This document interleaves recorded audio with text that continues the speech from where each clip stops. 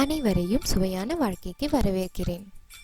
இந்த சேனலை சப்ஸ்கிரைப் பண்ண கீழே இருக்கிற ரெட் கலர் பட்டனை ப்ரெஸ் பண்ணுங்க. அப்படி பக்கத்தில் இருக்கிற பெல் ஐக்கானையும் ப்ரெஸ் பண்ணுங்க. இப்போ சுவையான தோதல் எப்படி செய்யலான்னு பார்க்கலாம். இது ஸ்ரீலங்கா, கோவா, தமிழ்நாடு, கேரளா போன்ற இடங்கள்ல ரொம்ப பிரபலமான இனிப்பு வகை. இதுக்கு ஒரு கப் அரிசி மாவு எடுத்து அதை நல்லா வாசனை வர வரைக்கும் வறுத்து எடுத்துக்கலாம். மாவு நல்லா வறுத்ததும் அதை தனியாக எடுத்து வச்சுக்கலாம். இந்த அல்வா செய்கிறதுக்கு ஒரு கப் அரிசி மாவுக்கு 5 கப் தேங்காய் பால் நம்மளுக்கு தேவைப்படும். ஒரு கப் அரிசிக்கு 2.5 கப் நாட்டு சர்க்கரை எடுத்திருக்கேன். இதில் நிறைய தூசி இருக்குன்றதுனால ஒரு அரை கப் தேங்காய் பால் ஊற்றி நம்ம கரைச்சி ஃபில்டர் பண்ணி எடுத்துக்கலாம். அடுத்ததாக இந்த ஒரு கப் அரிசி மாவில் நம்ம அரை கப் தேங்காய் பால் சேர்த்து ஒரு பேஸ்ட் மாதிரி பண்ணிப்போம். இது எதுக்குன்னா நம்ம அல்வா கிண்டும் போது மாவு கட்டிப்படாமல் இருக்கிறதுக்காக. இப்போ ஒரு கடாயில் மீதம் இருக்கிற 4 கப் தேங்காய் பாலையும் சேர்த்துக்கலாம். இது கூட நம்ம எடுத்து வச்சிருந்த சர்க்கரை பாகையும் சேர்த்துக்கலாம்.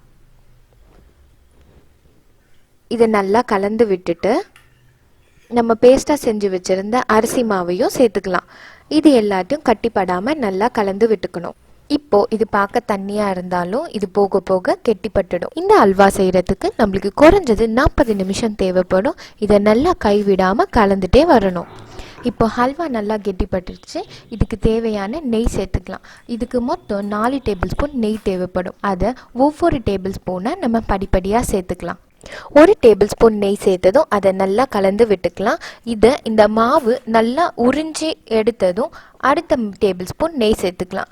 இப்படியே நம்ம எடுத்து வச்சிருந்த 4 டேபிள் ஸ்பூன் நெய்யையும் சேர்த்து நல்லா கலந்து விட்டுக்கலாம். இப்போ மாவு முக்காப்பதம் வெந்ததும் நம்ம எடுத்து வச்சிருந்த முந்திரி பருப்பையும் சேர்த்துக்கலாம். இது கூடவே கொஞ்சம் ஏலக்காய் பொடியையும் சேர்த்துக்கலாம். சேர்த்து நல்லா கலந்து விட்டுக்கலாம். இப்போது அரிசி மாவு நல்லா வெந்து அல்வா நல்லா ஓரங்களில் ஒட்டாமல் நல்லா வருது. அல்வாலேருந்து எண்ணெயும் லைட்டாக பிரிஞ்சு வர ஆரம்பிச்சிருச்சு.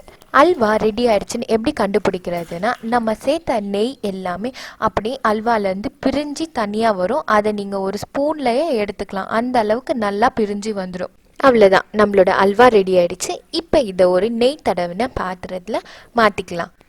அல்வா நல்லா ஆற விடலாம்.